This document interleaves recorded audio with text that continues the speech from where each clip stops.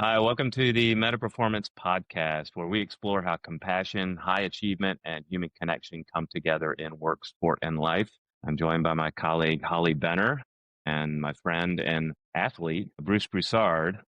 For those of you that haven't heard that name, Bruce has spent the past 30 plus years in healthcare in a variety of leadership roles. Most recently, which is where he and I met, was he was president and CEO of Humana. And he really there helped improve the quality of life for millions of Americans through our insurance and clinical services. And we're going to have a great day talking what you'll find as you listen to Bruce, as not only is he a hard charger in work, but he also is very active in sport outside of his day-to-day activities. So Bruce, if you'd like to give a little intro of things you want to fill in about your background. Well, I appreciate the opportunity to talk. And obviously, Michael introduced myself, and from a vocational point of view, just a few other important aspects of my life. I've been married for 33 years now. I have two grown children that are very productive in their life. And I say that because I do find that it's not only about the sport, but it's about the balance in life and the ability to live a balanced life, that you're vocationally engaged, whatever that vocation and passion is, that you're able to live a life that is able to be healthy and well, and at the same time, the ability to have relationships that are long-standing and productive. And so as I think about the breadth of life, I look at it in a multiple levels. That's great. And Holly, I didn't pay him to say that. Yeah, that was beautiful. I mean, and what a great way to start the podcast, because we're getting just a high level overview of who you are, but also how you think, Yeah. which is dynamic. And I'm looking forward to learning more. So to start with, one of the things I'm asking everybody that comes on is, how do you define high performance? And also, how do you know when you're performing at a high level? It's an interesting question, and I think you can come at it in so many different ways. Me personally, I first look at high performance as a relative to your improvement as opposed to relative to others. I find when you compare yourself to others, it either doesn't motivate you as much, or it could be dismotivating as a result of just where you stand in the level that you're competing on, or the level that you're comparing yourself to. The second, and a little bit to what I was talking about before, I find this balance is really important, and incremental improvement as opposed to just, you're going to go from A to Z in a very short period of time. I found through life that incremental improvement is what you do every day, and the consistency of that is important. The third thing is how sustainable it is the other thing I look at is you can sort of whip yourself in shape or do something, but is it sustainable? Are you sustainable? Is it a program that you can continue to sustain? And then the last is, it's wrapped around a purpose. It's wrapped around something that you are passionate about, because I do believe you can't do it for long if it doesn't fill your heart and be able to really come alive in what's meaningful to you. So it's really around this ability to improve day to day consistently, and not be able to be compared to others, but compared to yourself, to be able to do it incrementally. And every day is a day of some improvement, whatever that may be. And then it is sustainable with a purpose. That's beautiful. Oh, that's great. How did you go about refining or clarifying your purpose? I know for a lot of listeners, if they hear that word purpose, it can either be motivating or completely frightening, because it's a simple word, but it has a big impact. So did you have a method or a process, or over your years of experience, how were you able to really clarify and refine your purpose? Yeah, I think there's I have this thing called the tomato plants. And if you think about the tomato plants, it's you have a bucket of water. That bucket of water it can only be used to a certain number of plants that you're going to water and grow. And you can have water one plant that grows tremendously, or you can water 5 plants and have a much more balanced garden, so to speak. And I use that as an analogy, really, to say, getting back to this item around balance in my life, and it's changed in how my priorities are, because my responsibilities have changed over time. Mm-hmm. One is my vocation, second is my community and religion, third is my family. the fourth is my health, and the fifth is my wealth. And I use those as really in every week. I utilize that as a method to prioritize my week. But early in my career and early in my raising of our family, I prioritized the family and the time I spent at work much more important. But what it all had is a foundation of purpose. And that purpose I found at its core is serving others and the ability to serve others and the ability to impact them. And that sounds fairly grandiose, but I look at today, my responsibility with my family is really to help them leave a legacy for the next generation. And my children are very, very productive, but how can I help them with the next generation? So that's an example where I've defined my purpose. And just recently, I think I sent Mike, I think I sent you my I ams. My involvement has really evolved as a result of stepping down from Humana and doing other things in life. And what that's changed is who I am. And I went through this exercise of saying, who am I? And no longer am I the CEO of Humana. I'm an individual that's very active in creating and investing in businesses. That's one of my vocations that I have today. But the second part of my family, it's no longer I'm raising children. I'm helping create a legacy for my children and to assist in theirs. And so you just sort of, you have these areas in your life, the 5 that I've defined for me that are the tomato plants that I water. But the purpose of those evolve over time because what you are doing and what you're interested in doing change and your responsibilities change. And so to me, it's an evolving, but for me at the start, it really wrapped around those 5 tomato plants. I love that analogy. And there was something in there that was really good about it because you've used the word balance a couple of times. And yet, as you described the evolution, there were times where you put a little more water in the work category and the family category, which meant the others didn't get as much. And so while we all want balance would be great, there is this time where work's going to need a little more attention or family's going to need a little more attention. I think that's why this balance sometimes becomes challenging for folks because they feel like it should always be even. And that's not the reality. And so the nice thing about the tomato plant analogy is that you are looking and you're making a conscious decision to say, I need to focus more on family right now. So I'm going to give it a little more water. And I love that analogy.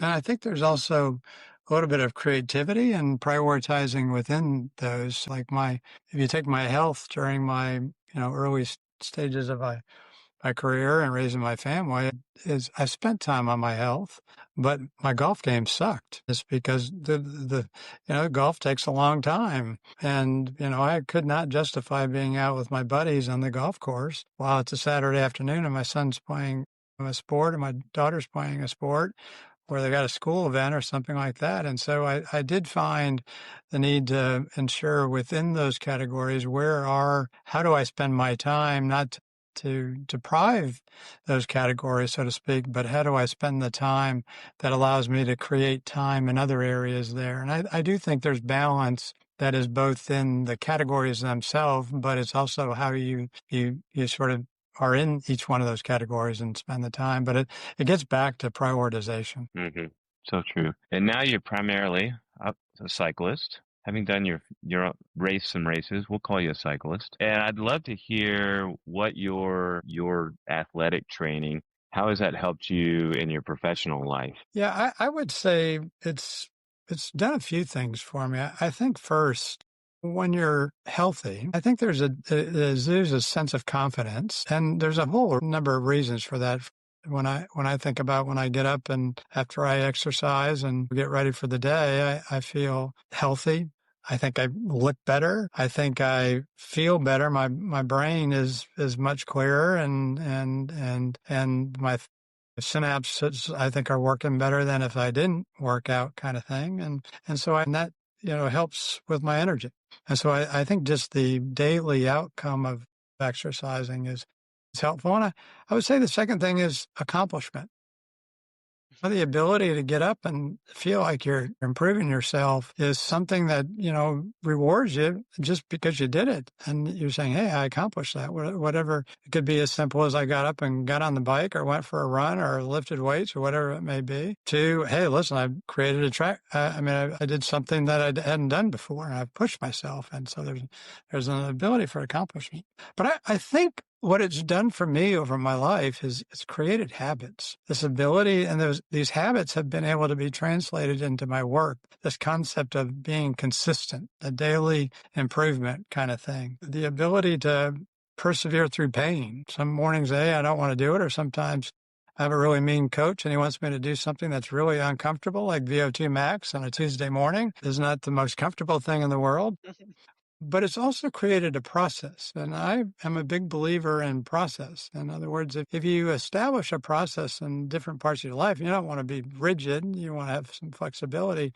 It creates dependability and consistency. And I find athletes that are training, that training is a process there. And then the last thing, this is a little bit back to the perseverance thing, it creates discipline. And discipline, I find, is important because it's easy to seek the pleasure, but it's hard to sacrifice, and sacrifice requires discipline. And sacrifice will win in the long run, maybe not be as pleasurable in the short run, but it will win in the long run every time. And I just find the ability to have this consistency, this ability to persevere through a little bit of pain, to establish a process around it, and then the ability to form a discipline as a result of that process. And I'm curious how, an amazing answer too, by the way. And I can tell by the way you respond just how process driven you are, that you find a process, not that you don't refine or throw out what doesn't work and constantly tweak, but even with the tomatoes and before that, you're a process thinker and process does work. And I'm curious, how has working with a coach like Michael helped you with that confidence, with that sense of accomplishment, with the consistency, with the discipline? What has his partnership allowed you to learn, or has that influenced your process? It's greatly influenced my process. I mean, one thing I've found in life is finding people that are smart about whatever subject you want, or just smarter than you in particular areas, and being able to help them help you is an important part of that. And obviously, Michael, and the experience that you guys bring and the knowledge you bring about the body, about the mind, about how that you intertwine that within the exercise and daily activities is an important part of that. But the second thing is I do find you need an accountability partner. I find that the ability to have a partner that is there, that gives you, another reason to go do it. And not every morning you want to get up and do it, and knowing that you've created that connection, and that there's a sort of an accountability to that, I find is important there. And I find the ability to have the someone on the side saying, hey, this is what you need to do today. And in addition, have that accountability is a very important part of it. And so I do find having somebody looking over your shoulder is very, very helpful. Mm-hmm. I agree. It's a game changer. I am a coach and I have a coach because I cannot give myself accountability. I have tried. It doesn't work. Yeah. So wise words. And again, I find I was giving them, you guys grief about the VO2 max, but that's been such a helpful part of it. And, you and with the technology that we have today, with the devices and the ability and the knowledge we have about the body, the ability to have a plan that's developed to improve in certain areas and at the same time to rest in certain times is such an important part of that, because you're flying a little bit blind. And I do see some of my colleagues and friends that they'll go exercise, but they don't have a process. They don't have a plan. They don't have somebody to help you. And so they're doing it, but they're feeling like, well, I'm not getting as much out of it as I could. And that's because I think they don't have the plan that's most effective. Yes. Winging it is not a strategy. Right. That's exactly right. Absolutely. So I love in your intro, you talked about sustainability, and that's really something that Holly and I are passionate about, because we really want to help people be athletic all of their lives. And it's really not about lifespan, it's about health span and how, and so I'd love to hear some of the lessons you've learned, or maybe it's habits you've developed along the way to help sustain that high performance for yourself. Yeah. Well, I would say it's a few things. I think first gets back to that idea of purpose and why do I want to do what I want to do? And to me, a long time ago, I've established I want to be healthy and I want to live a life that just isn't about living long, because we all know that, genetics and other things can change that area. But what we talked about, living healthy has got a lot of benefits to it. I remember when somebody told me one time, I was saying, it was a dinner, it was a business dinner. I said, well, I got to go. It's 8:30. I got to get to bed. And I said, why do you go to bed so early? So I go to bed every night as a result of having to wake up every morning early. And I said, I wake up early because I need to get an exercise in and then be ready to start the day at the appropriate time in the morning. I said, well, geez, one day, this is the individual talking, he said, I did a calculation, and if I work out an hour a day, and I do that for 15 years, I forgot what the math came out to, it extended my life by X years. And he says, it's not worth it. I said, there's one fallacy within that calculation. I said that it's about how you live your life during those years as opposed to just the extension of your life. And I think some people refer to it as health span and other terms have come out. And I find the ability to be healthy is such an important part of the opportunity to live a life of fullness. But to be able to do it with all the benefits of it, being self-confident, being, I've achieved something, the discipline, the consistency, the habits you create, are all benefits to it. It's not just the outcome and the output of it. It's really, the process that you put in there. But Yes.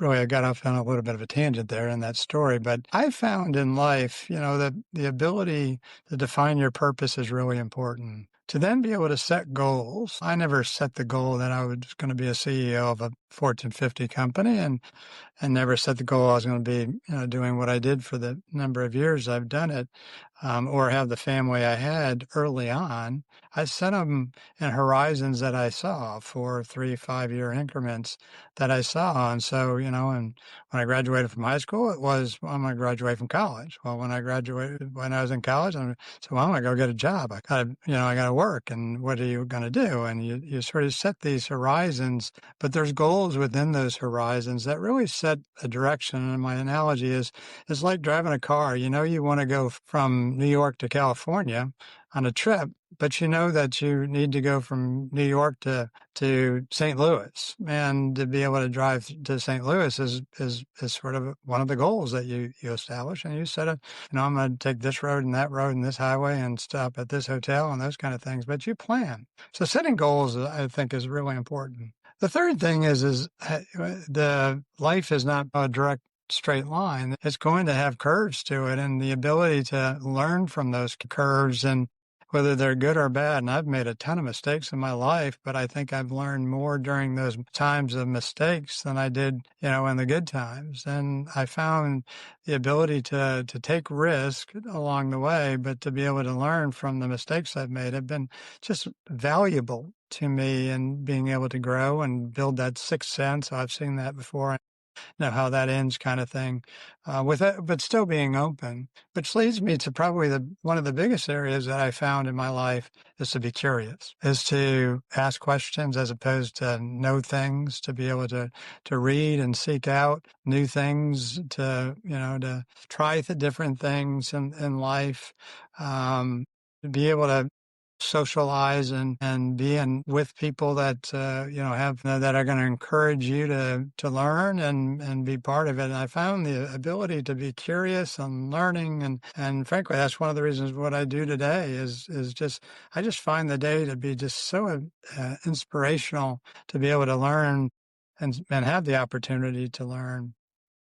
And then the last thing I would say is in my life, and my son just got married in June, excuse me, and, give a speech. And every event that my kids have that's large, I write them a letter.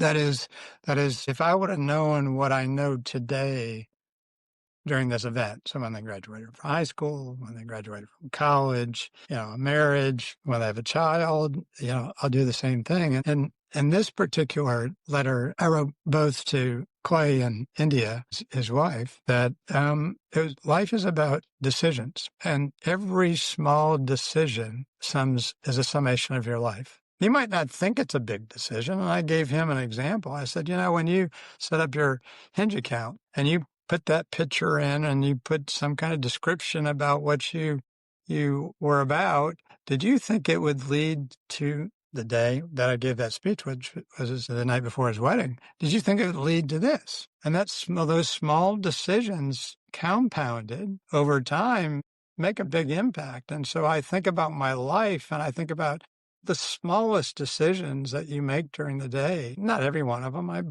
but they sum up. They sum up to who you are. And so this gets back to this idea is, how do you help make good decisions? And that gets around to what we've talked about a lot about today. It's around the ability to know the big purpose, to be able to set goals that you want to do, then to be able to utilize those goals and setting the priorities, the tomato plants that you have, and then be able to think through those tomato plants, and then have the discipline and the accountability to be able to persevere through those and take risk, but then learn from the risk. I mean, all those things sort of sum up to life. But at the end of the day, it's those daily decisions that get made that really determine how you ultimately live your life. And it's fascinating if you go back and you look at people that and we started out at the same place, and where you are today versus where other people are, in whatever way. It doesn't need to be about financial or what you have and those kind of things. It could be around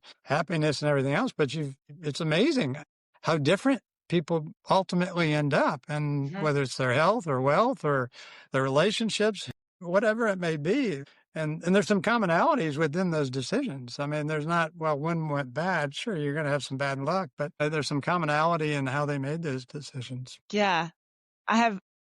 So many great words of wisdom. And Bruce, I really, truly hear wisdom. I hear steadfastness in your voice and peace, and truly knowing the power of the process, the power of purpose, and being anchored in who you are, what's meaningful to you. And I always repeat, what you do isn't who you are.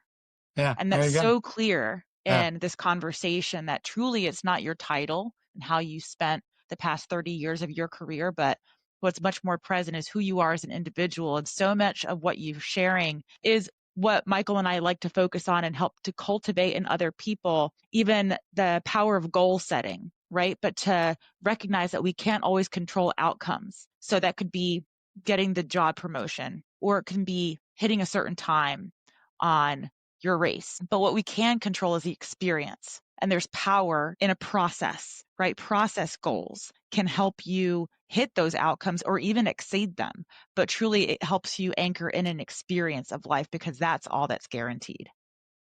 And I agree completely. Thank you. It's such great words that I know that our listeners will probably listen to on repeat. There's lots of layers of great insight.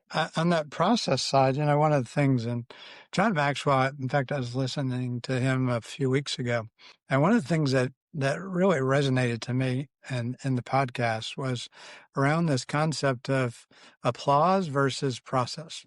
And the idea around it is that if you're doing it for an applause, you're doing it for other people, you're not doing it for the right reasons. But if you're doing it, you have a process you want, and you're really working hard at the process, the applause will come. And to me, it's focusing on the process and the ability.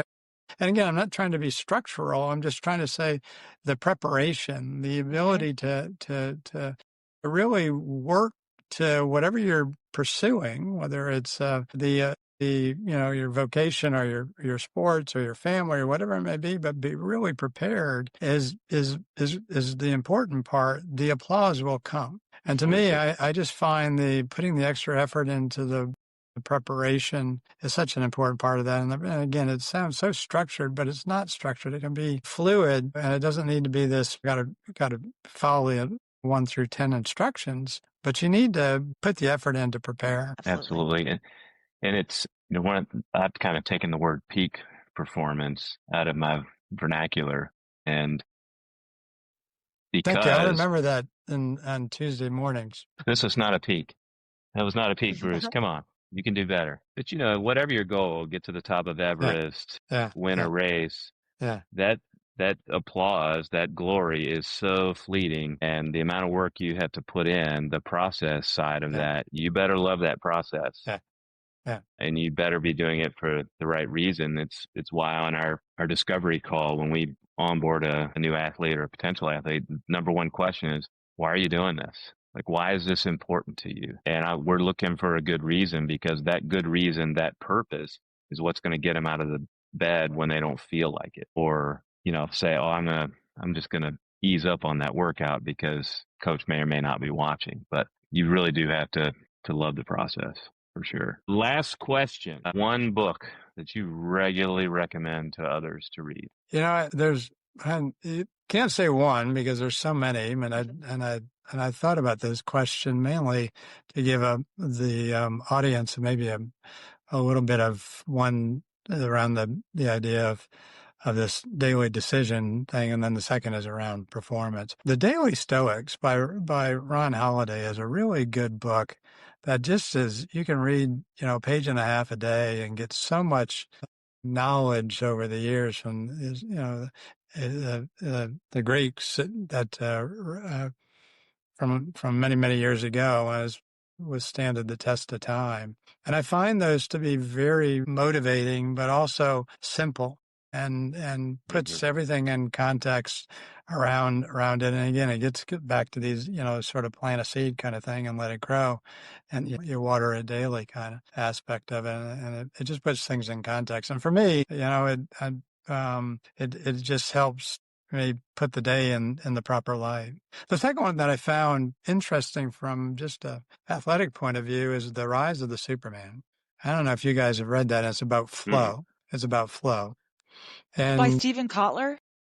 Yes, and it was a wonderful book that put in idea about flow. And flow, I mean, is Flow from a state. neurology point of view. Yeah, it's exactly. And you gain it at a certain period of time. I mean, it's referred to as a runner's high for eyeing, and when you're running, and if you're skiing, you get it at a certain speed and certain mogul and those kind of things. But it's this ability to where all the great chemicals in your brain start coming together and motivating you. But the one thing that I took away from it, they had this formula, if I remember it distinctly, it was like, I think it was 104%, some like 104 to 108%. And what it is around, if you challenge yourself and go 20% above what you're capable of doing, you lose control. It's unpleasurable. It does everything else. And then if you're doing it at 90% of what you're capable of doing, then you're really not pushing yourself. And there's this fine line of being able to push yourself,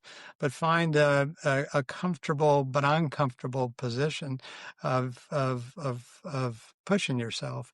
And it's at 104 to 106%. And it's this ability to feel accomplished, which is one of the things that you get from all those great chemicals, is that you've accomplished something, you've pushed yourself forward. And I just found understanding that concept of flow, and when you gain flow, and then when you get flow, what it does to your brain and all the things, the good stuff that comes from that, and how do you do it, I just found to be fascinating. Now they talk a lot about, it becomes addictive, and then that's when you jump out of helicopters and, ski down peaks that don't have any straight ski slopes. It's all cliffs and things like that, and or surfers that go and surf 40 foot waves, those kind of things. So there is an addiction to it, but when you put it in the right sort of corridor, it becomes very impactful. And I do find when you gain flow, you really,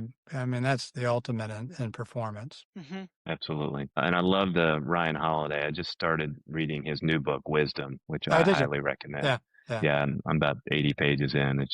It's also very accessible reading. It's just got just chock full of nuggets. So, well, Bruce, I think I can speak for Holly. I really appreciate the time you gave us. Well, You thanks. definitely have dropped a lot of wisdom on some folks, and I really appreciate you for sharing that with us. And thanks for all you guys do. I mean, for all of us, because your knowledge and your ability to take that knowledge and put it into the opportunity to assist people like myself is very helpful and impactful for many different reasons. Thank you. It's an honor to work with individuals like yourself and build a collective so that we can create a ripple effect far beyond what we can really ever imagine. And you're doing it. Absolutely. All right. Well, thank you. Thank you.